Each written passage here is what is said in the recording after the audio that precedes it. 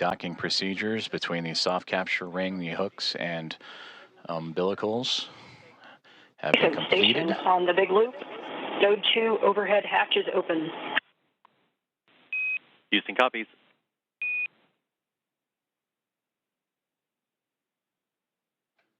And a good call there down from NASA astronaut Nicole Ayers, saying that she has opened up the hatch for the Node 2 Zenith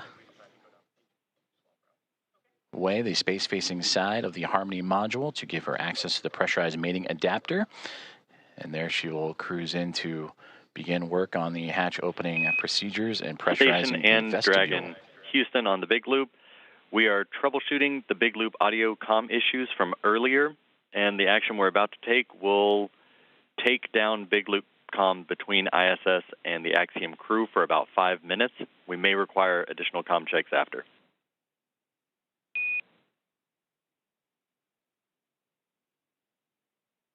Station copies. Dragon copies.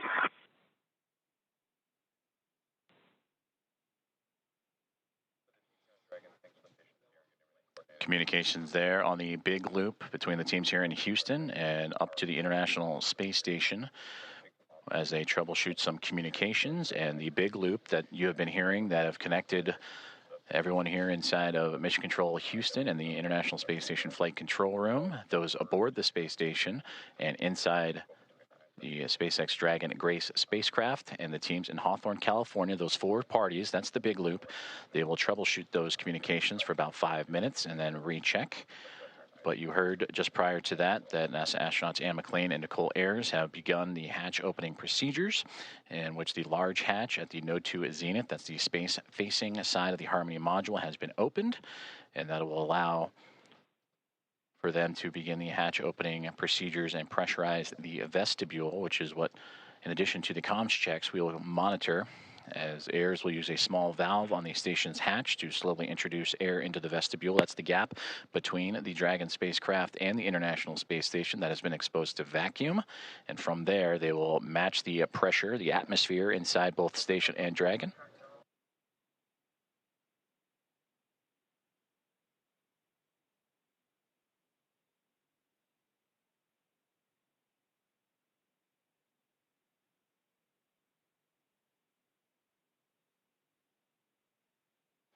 And this procedure for a hatch opening usually takes about 2 hours or so to perform leak checks and make sure every connection and everything is safe and sealed. On the big loop. In step 2.4, the time is 10:56. The APAS equalization valve is back closed.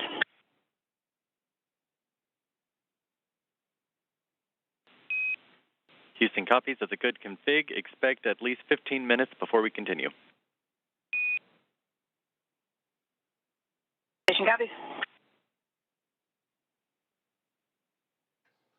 And that communication between the International Space Station and the International Space Station Flight Control Room, and you heard the word APAS hatch. That is the hatch, again, that they will be operating and looking to open up from the space station side.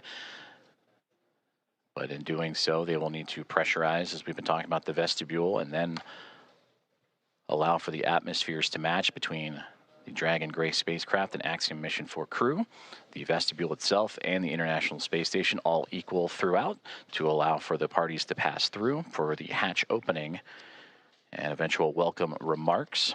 The contact for Axiom Mission 4 to the International Space Station about a half an hour ago at 5:31 a.m. Central, 6:31 a.m. Eastern. And as they continue to configure the hatch opening procedures for NASA astronaut Anne McLean and Nicole Ayers, between the two of them, we'll continue to work those procedures, and we'll hear those communications throughout in anticipation of Axiom Mission 4 and Commander Peggy Whitson making her return to the International Space Station, her 5th flight, 2nd as a member of Axiom Space and the commander of Axiom Mission 4, and her previous 3 as a NASA astronaut, servicing key missions to the International Space Station.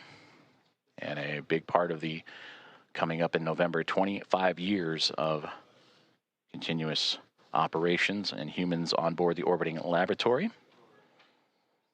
And there she will welcome also first-time flyers and pilot Shubhanshu Shukla of ISRO, Sławomir Uznański-Wiśniewski of ESA, and Tibor Kapu of Hunor for Shukla, Uznański-Wiśniewski, and Kapu, representing India, Poland, and Hungary. This will be those nations' first time visiting the orbiting laboratory.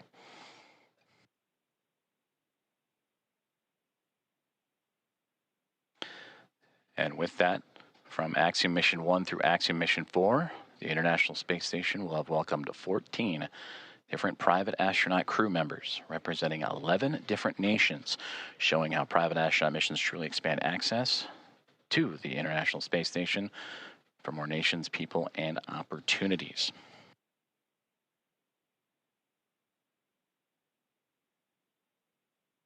And on your screen, you see the clock counting upwards at the bottom, the T+, that is 1 day, 4 hours, 28 minutes, and now SpaceX Dragon.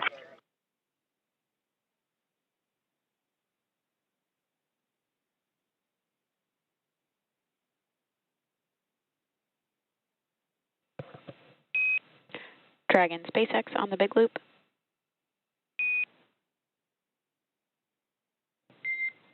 Dragon SpaceX ComCheck on Dragon to ground.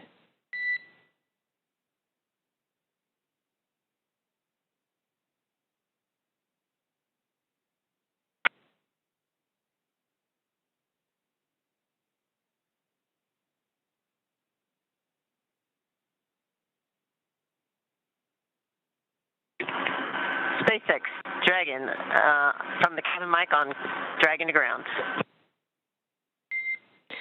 Peggy, I'm with you on Dragon to ground.